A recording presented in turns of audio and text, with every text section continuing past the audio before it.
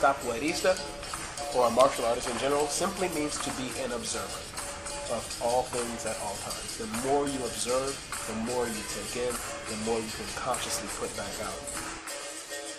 I think that for anyone, that they can take this as far as they choose to. I'm a stunt acrobatic performer. I've been in 2 movies, I've been on television, I've traveled the entire world. What people don't realize is that practice doesn't make perfect, practice builds habits. You practice perfectly, you get perfect habits. You practice imperfectly, you get imperfect habits. And everything that we do, another thing that people don't realize, that everything we do is practice, whether conscious or subconscious, whether purposeful or accidental or consequential. Every movement you make is practice. That's how people get quirks.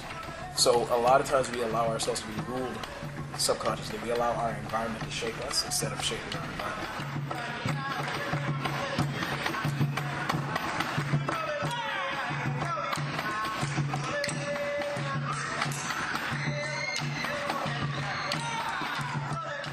When I first started, I did capoeira 7 days a week.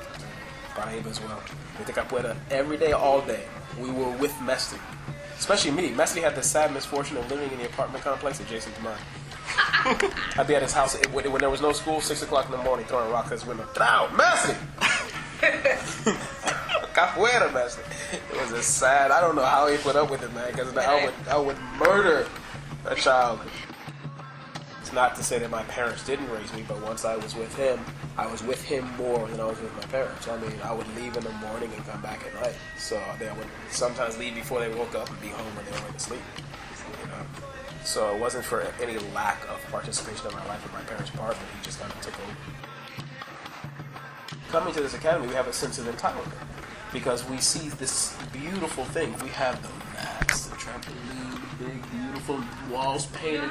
So when I first started, for example, our academies were all wooden floor or concrete, one of the two. Slippery. You know slippery? Slippery. Bow! Hit the floor. And every person in there learned to flip in capoeira. We didn't learn to flip and then join capoeira. Now we have mats, we have a trampoline, no one can flip. And the love that we share here as a family, not a lot of people understand the community that we have, you know. And that's something that's very, very powerful. But we get, again, this sense of entitlement, and we don't appreciate things.